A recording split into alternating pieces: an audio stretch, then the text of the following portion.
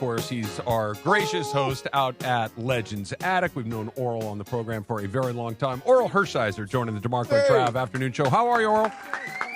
Good. Hi, guys. How you doing? Fantastic. Good. Happy Wednesday. We're hoping the Lakers pull one out and get this series over with.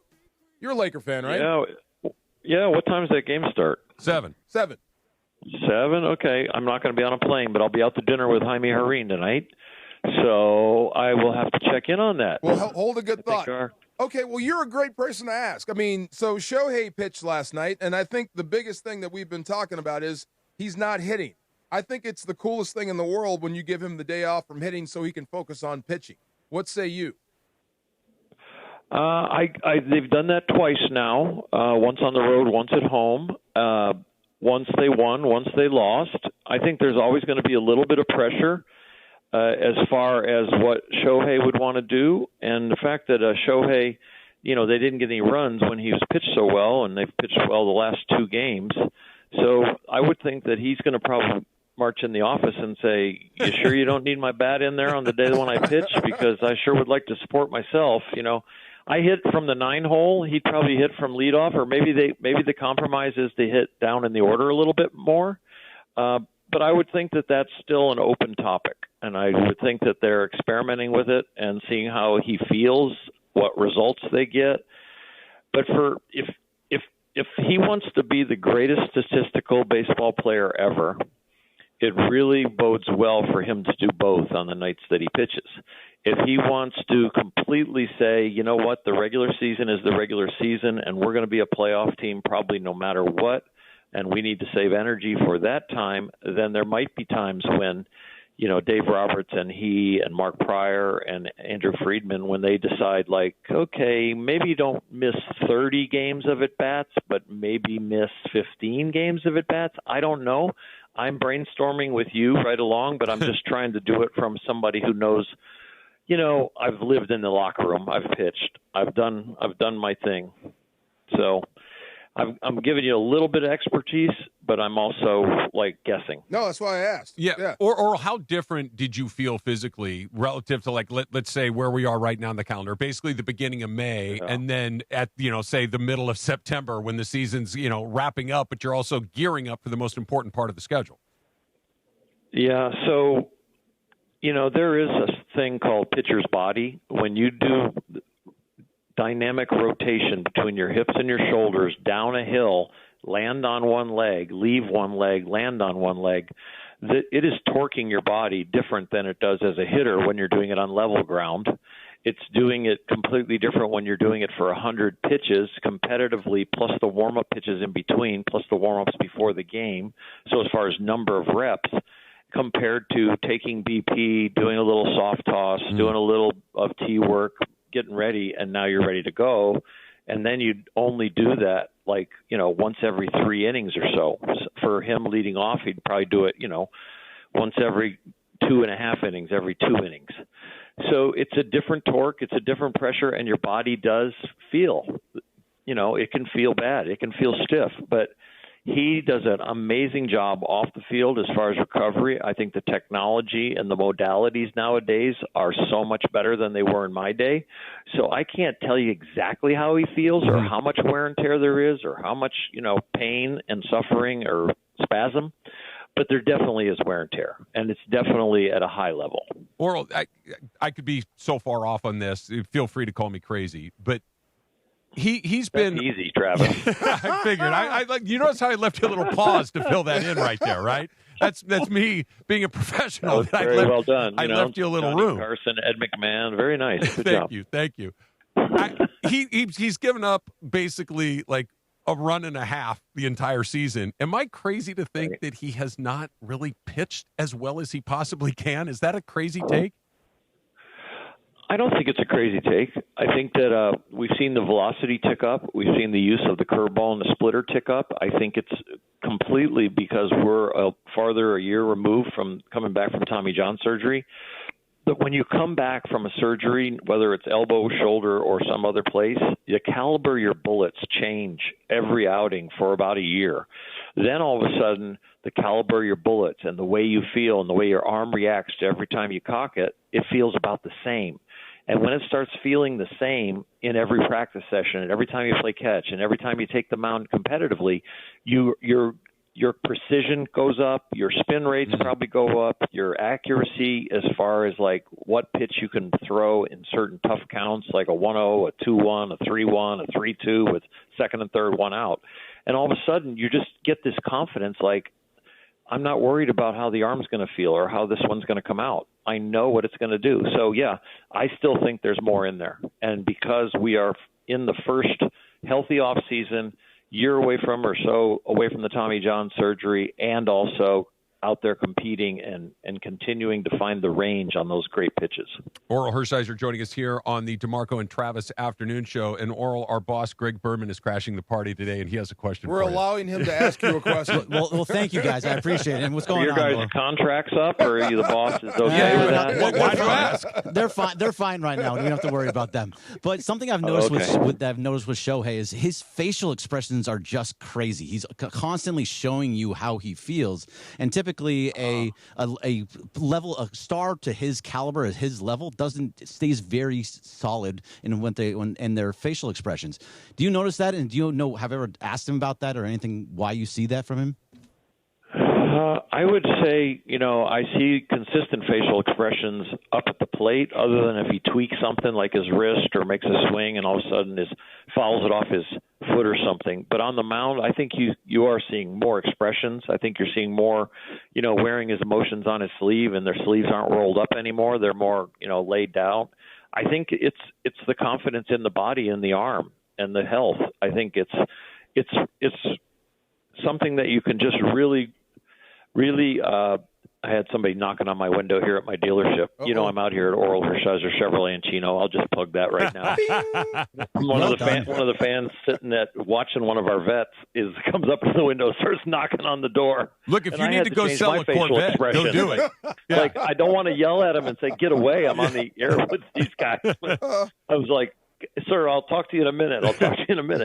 So the facial expression stuff, I think, comes from the confidence in the arm, the competitiveness, and the fact that he has stated publicly, like Yamamoto, that they want to be the first Japanese-born player to win a Cy Young.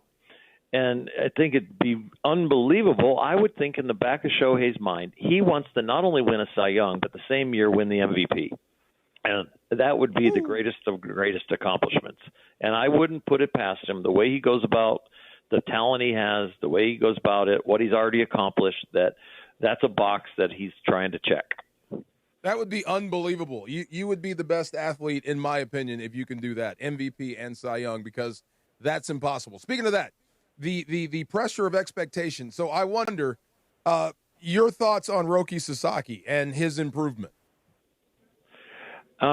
I think they continue to try and make improvements, and he's developing at the big league level. We're fortunate to be an organization that can have somebody with his talent develop at the big league level.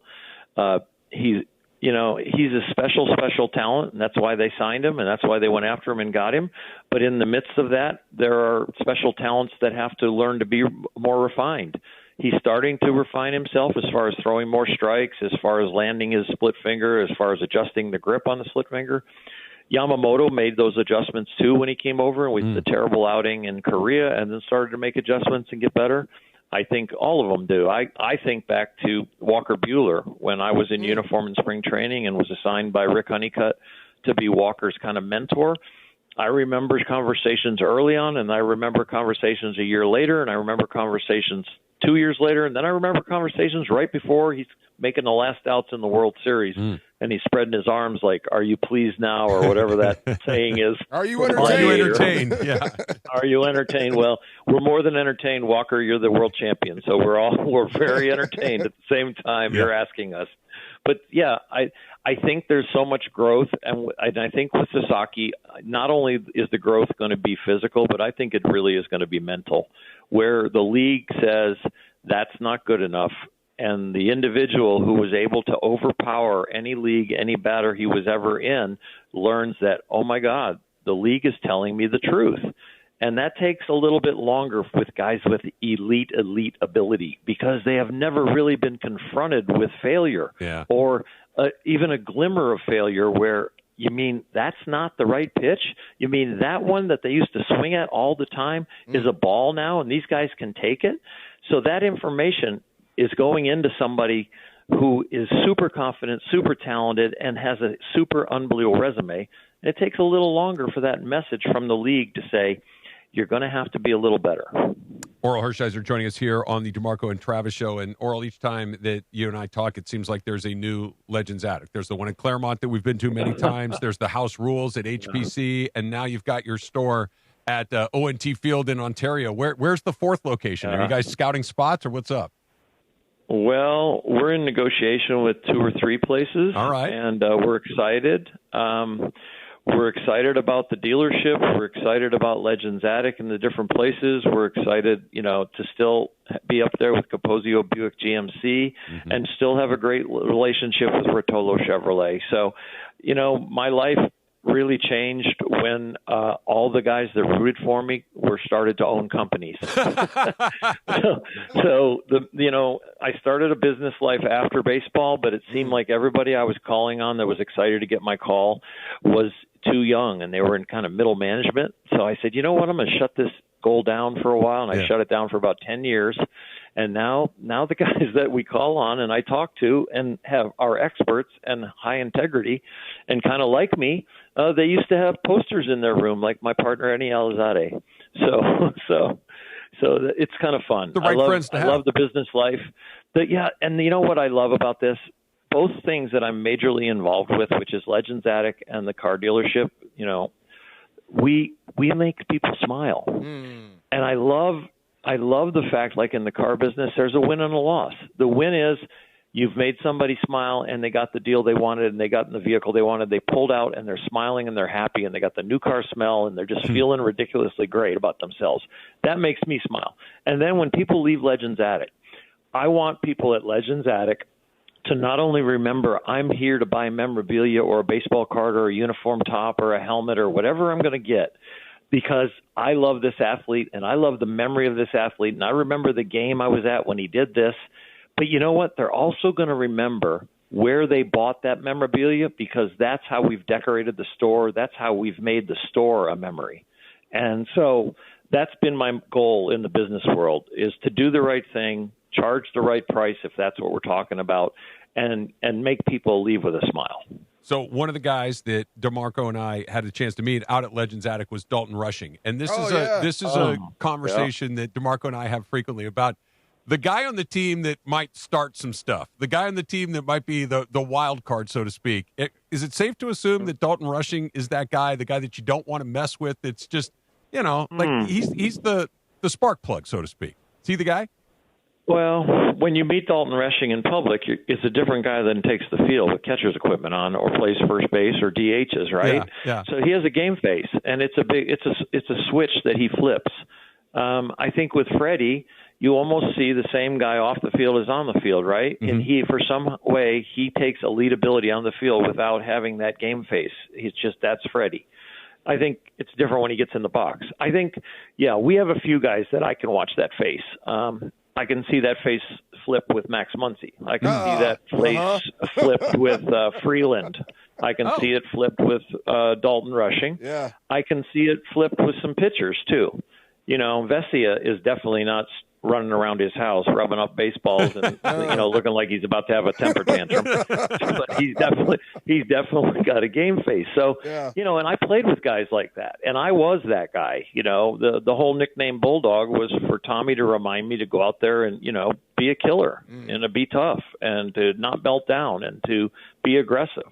Mike Scioscia's that way. Mike's the nicest guy in the world. But Mike on the field, he blocked the plate and broke people's legs. That kind of guy. So there's a level of intensity that some people have to bring out the level of ability that it takes to compete on a big league field. Orel Hershiser joining us here on the DeMarco and Travis Afternoon Show. Orel, always a pleasure. Thanks for your time, and go sell that Corvette. DeMarco, Travis, Greg. Hey, Greg, these guys are great. All right, take care of them. I know you're the boss. We love them. We love them. a good month-to-month or week-to-week deal would be really good for them. Oh, I had a 2-year on the table, and now you want month-to-month? We can go there that way instead. Yeah, month-to-month would be long-term for Hey, them. look, Yep. we just you've been a free agent. You know, sometimes free agency can be liberating. You never know how that's going to shake out. Well, there's only so many radio stations, so don't bark at that tree. Yeah, good point. Good point.